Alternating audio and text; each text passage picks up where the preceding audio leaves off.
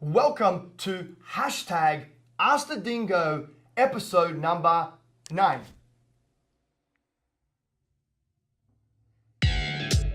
I'm Angela Remora. I'm your favorite Australian and the one, the only real estate dingo.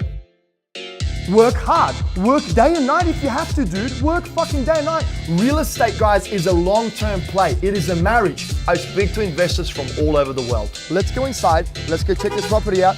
I love you too. Ask the dumbest questions and you will learn and you will become an expert. There is no ifs, ands, or buts about it. Hey guys, it's Bezza here, your favorite real estate chick, and we are back with another Ask the Dingo. This is episode 9, and we have a great question from Billy Jones from Washington, D.C. He wants to know, Angelo, did your Australian background help or hurt you when you first came to America? Well, Billy, I'm not sure what language you guys speak here, but in Australia, we call it a veranda, while you guys say porch. This is a lolly, not candy.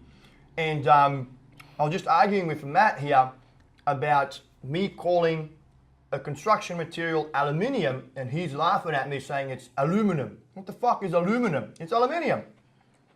No, jokes aside. So look, what was the question again? I just heard something Australia shit. Where was it? Here. Oh, background. I'm not going to say that it hurt me, but I'm going to say that there's a lot of differences between.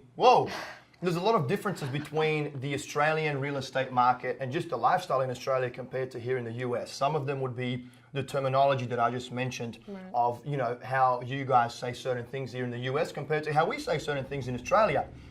There's for example, another big one when it comes to real estate is in Australia the rent is paid weekly. In the US, the rent is paid monthly. In Australia, the average median house price is $1.1 million. Here in Ohio, or in Toledo in particular, I think it's around $150,000.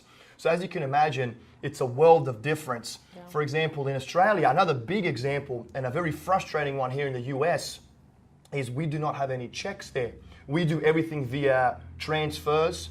There's not even a wire there. Like, I can send money to anyone in Australia within 10 minutes. I'll just transfer their money, right?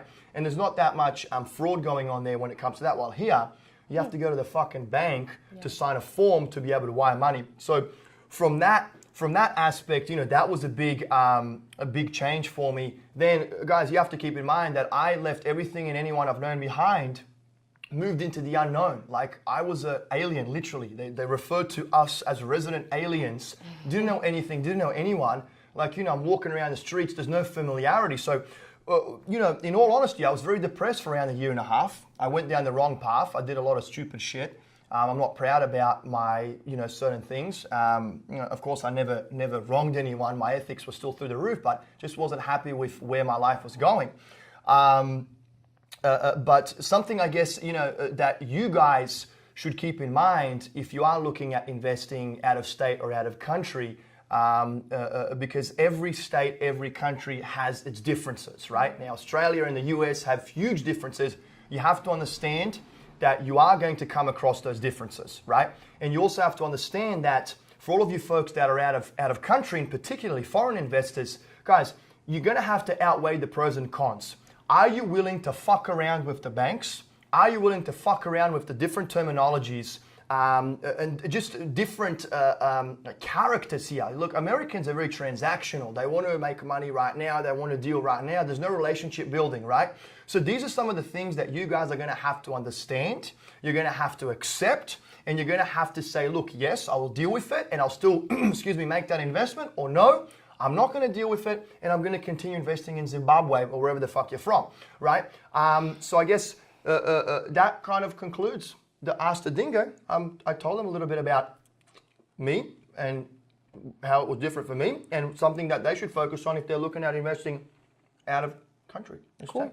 Is that good? Yeah, that's good. That? Yeah, Billy, thanks so much for the question. If you have a question, we'd love to hear from you. Go ahead and email us at askthedingo@ohiocashflow.com. Make sure to check out the description box below. We have all the links, our investor application, all of our social media, and all of our websites. We'd love for you to check it out.